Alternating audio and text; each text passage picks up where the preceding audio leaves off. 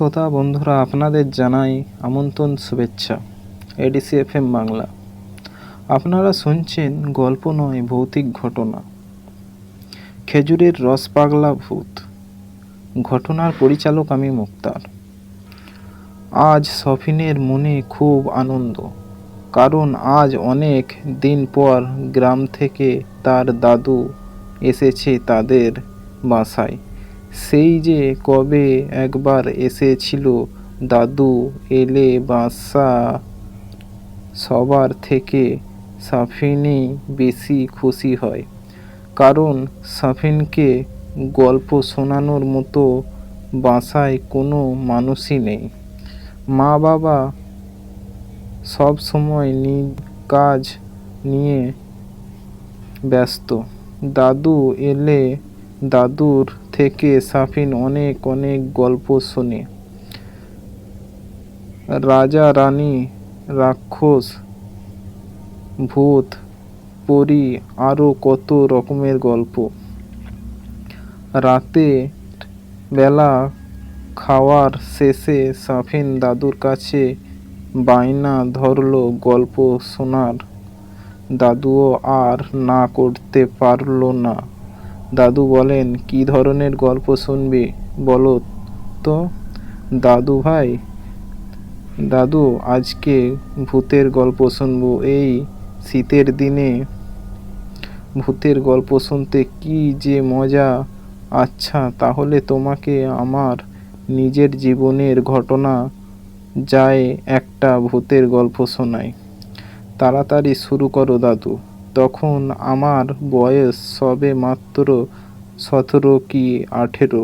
শীতকালে আমরা সবাই খেজুরের গাছে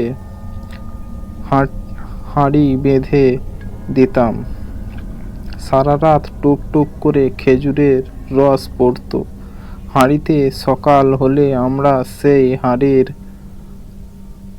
আনতে যেতাম।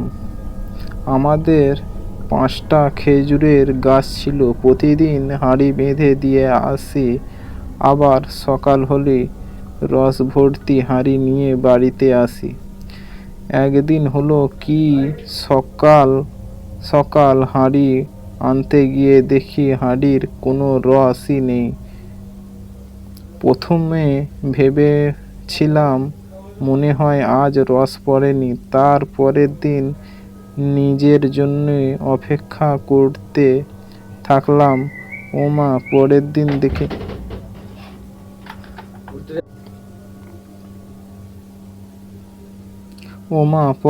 দেখি হাঁড়ি ফাঁকা। এভাবে বেশ কিছু হাবু মিয়ারও ওপর হাবু ছিল।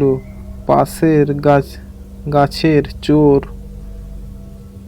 পরের দিন সকালে বুদ্ধি করলাম, বুদ্ধি মাফিক গভীর রাতে খেজুরের গাছের ওপর পাশে ঝোপের আড়ালে লুকিয়ে থাকলাম। আমি ঠিক যখন রাত 12টা বাজে গেল, হঠাৎ দেখি খেজুরের গাছের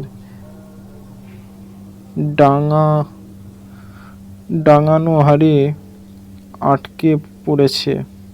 আর কোথা থেকে যেন শব্দ ভেসে আসছিল, এই গাছ আমার, এই রস আমার, আমি ছাড়া কেউ খেতে পারবে না। আমি হলাম ভোজন প্রিয় রস পাগলা ভূত। আমার বাবা রসালু ভূত। হা হা হা। হঠাৎ উধাও হয়ে গেল খেজুরের রসে ভরা হাঁড়ি। এই দৃশ্য দেখে আমি সেখানেই অজ্ঞান হয়ে পড়ে গেলাম। চোখ খুলতেই দেখি আমি বাসায়, আর আমার চারপাশে অনেক মানুষ। রাতের ঘন্টা। সবাইকে খুলে বললাম। কেউ কেউ বিশ্বাস করলো, আবার কেউ বিশ্বাস করলো না। কেউ কেউ বলল ওখানে নাকি রাতে ভূতের আড্ডা। কোনোদিন আমার কেউ আনতে যায়নি। সাফিন, তুমি কোথায়? এই যে লেপের ভেতর। আমার খুব ভয় করছিল, গায়ের লোম খাড়া হয়ে গিয়েছিল।